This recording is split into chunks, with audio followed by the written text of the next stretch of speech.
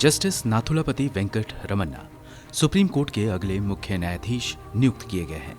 सोमवार को राष्ट्रपति रामनाथ कोविंद ने उनके नाम की मंजूरी दी। जस्टिस रमन्ना अगले सीजेआई के तौर पर 24 अप्रैल को शपथ लेंगे। वो 26 अगस्त 2022 तक मुख्य न्यायाधीश के पद पर बने रहेंगे। अब जबकि वो देश के अगले सीजेआई बनाए गए हैं, तो हमारे लिए ये जानना बेहद जरूरी है कि जस्टिस रमन्ना कौन है।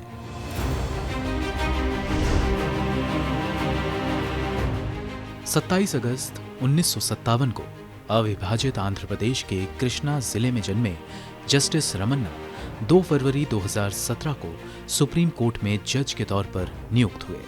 वो सुप्रीम कोर्ट से 26 अगस्त 2022 को रिटायर होंगे।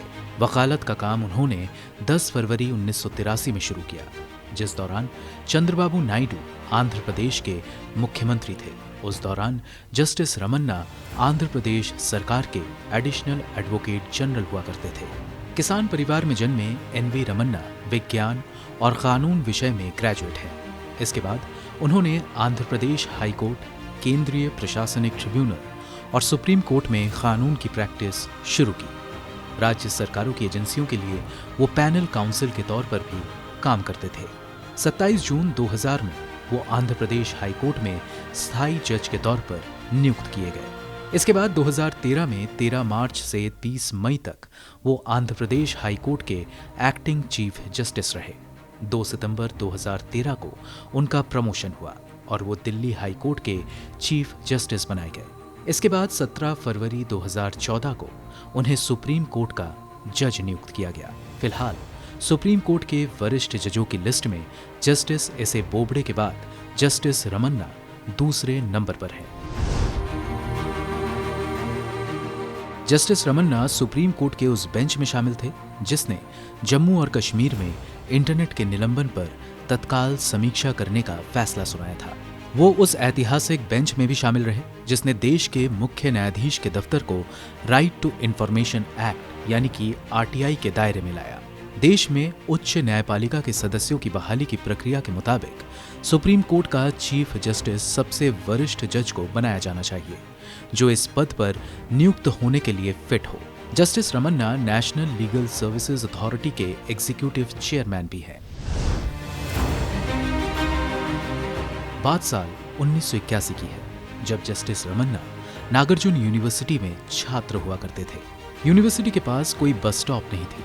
इसी को लेकर यूनिवर्सिटी के छात्रों ने विरोध प्रदर्शन किया, जिसमें जस्टिस रमन्ना भी शामिल थे। कहा जाता है कि उस दौरान विरोध कर रहे छात्रों ने कुछ बसों में तोड़फोड़ भी की थी, जिन पर मुकदमे दर्ज किए गए थे। बाद में वो सुप्रीम कोर्ट के जज बने, तब 2 वकीलों ने उनके खिलाफ कोर्ट में एक याचिका दायर की, जिसमें जस्टिस रमन्ना को सुप्रीम कोर्ट के जज के पद से हटाने की मांग की गई थी। वकीलों का आरोप था कि जस्टिस रमन्ना ने ये बात छिपाई कि बस में तोड़फोड़ के मामले में उनके खिलाफ आपराधिक मामला बना था। हालांकि इस याचिका को कोर्ट ने खारिज कर दिया और दोनों वकीलों पर जुर्माना भी लगा दिया। पिछले साल 2020 में आंध्र प्रदेश के मुख्यमंत्री वाईएस जगनमोहन रेड्डी ने जस्टिस रमन्ना पर आंध्र प्रदेश सरकार के प्रशासनिक कामकाज में दखल देने का आरोप लगाया था। उन पर आरोप था कि वो हाईकोर्ट की बैठकों को प्रभावित करते हैं। उन पर आरोप लगाए गए कि राज्य के मुख्यमंत्री रहे चंद्रबाबू नायडू के कार्यकाल में जस्टिस रमन्ना ने राज्य की अदालतों में न्यायिक नियुक्तियों में महत्वपूर्ण भूमिका निभाई थी। ऐसा टीडीपी नेताओं के पक्ष में फैसले के लिए किया गया था, जो कई भ्रष्टाचार के आरोपों का सामना कर रहे थे। दरअसल जगमोहन रेड्डी के इन आरोपों का स्रोत सुप्रीम कोर्ट में जज रहे जस्टिस चलमेश्वर की एक चिट्ठी को माना जाता है।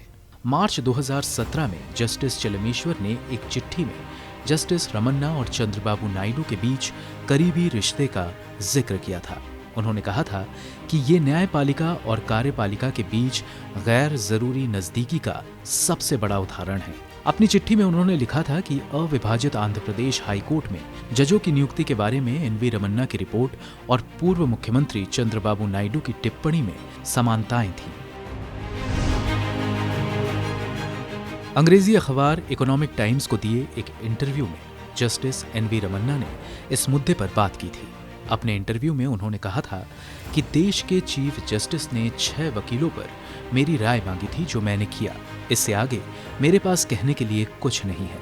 आंध्र प्रदेश और तेलंगाना के मुख्यमंत्रियों ने क्या राय दी है, इसके बारे में मुझे कोई जानकारी नहीं है।